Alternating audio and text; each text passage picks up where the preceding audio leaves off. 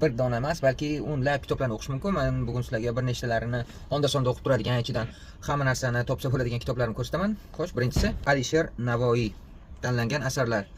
Xohlagan betini oching, xohlagan mavzuda shu ayniqsa o'zingizga yetishmayotgan bir mavzuda yangi narsalarni topasiz. Juda ham qiziqarli, juda ham yaxshi kitob. Aniq, bu da hayratlar bor bo'lsa kerak. Xo'sh, shoh emas kim boshiga qo'ydi toj, shoh ana bil kim yo'q anga ehtiyoj. Ya'ni shoh deb biza boshida toj bor odamni emas yoki ma'nosini aytsak, boy odamni emas, balki hech kimga ehtiyoji bo'lmagan odamni aytamiz. Ikkinchi kitobim Nobel mukofoti sovrindori tomonidan yozilgan Clara and the Sun, Clara va quyosh. Kazuo Ishiguro ko'rishingiz mumkin. Ko'p kitoblarni o'qiganman, juda ham ramziy, juda ham zo'r kitob. Bu ayniqsa 2016-yilda yozilgan sun'iy do'stlar haqida ekan. Artificial Friend, AF deb yozilganida mana shunaqa sun'iy intellekt rivojlanmasidan oldin va yoki endi rivojlanish paytida bo'lgan payt shu qanday qilib sun'iy intellekt asosida yaratilgan bir robotlar insonlarga ta'sir etishi va ularning o'zida ham qandaydir nima deydi uni ruh yoki qalb mavjudmi deganga o'xshagan kitob. Hali o'qib ko'rmadim, o'qiyapman, endi boshlanish. English Russian va ingliz tili va rus tilida frazeologik lug'atlar. Bu juda ham foydali kitob, bu eng katta xazina men topgan ingliz tilida.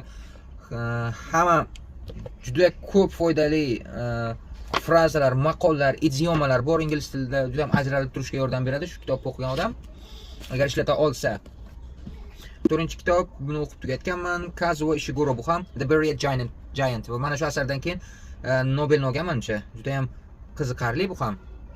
Juda ramziy va eski ingliz tili so'zlaridan foydalangan. Bu juda ham sizga fe'llarni zo'r variantini topishga yordam beradi. Tasviriy fe'llarni.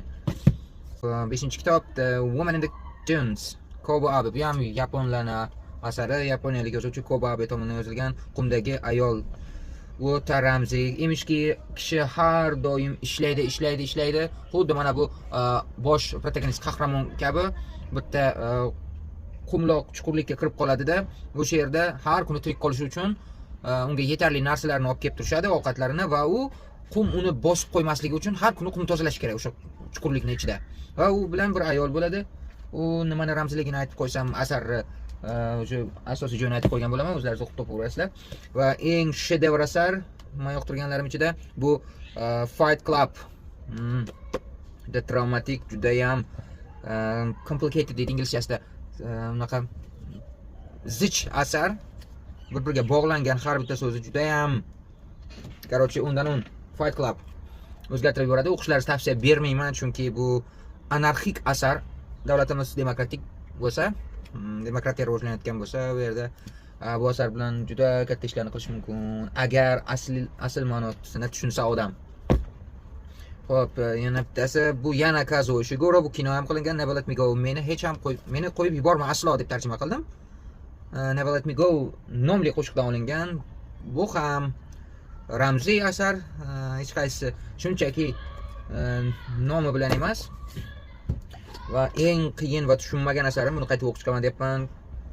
Balki eng zo'r asarlardan biri bo'lsa kerak, ramziyat bo'yicha yoki yozuvchilik bo'yicha. The Sound and the Fury. Faulkner tomonidan yozilgan, William Faulkner. Bu ham Nobel mukofotini olgan. Bu nima desak, shovqin va g'azab. Bu o'ta, buni o'zbekchada o'qish ham qiyin. O'zbekchada o'qib tushuna olmasangiz kerak. Bilmadim, tarjima qilinganmi, yo'qmi? Chunki bu ruhiy kasal odam tilidan aytib beriladi. Xo'sh, yana bor Christine Hanna, The Nightingale, Bulbul. Buni o'qib tugatmadim oxirigacha. Bu ham qiziqarli edi. Bilmadim, qiziqarli tuyulmadi, sababi bu muhabbat haqidagi asar ekan. Bu menga yoqmaydi bunaqa muhabbat haqidagi asar, ayniqsa urush davrida. Xuddi bitta mavzu urush, bittasi muhabbat bo'lsa, yaxshiroq, mashhur bo'ladiganga o'xshaganroq ko'rindi, lekin unchalik ham emasdir, chunki oxirigacha tugatardim buni agar qiziqarli bo'lsa. Shu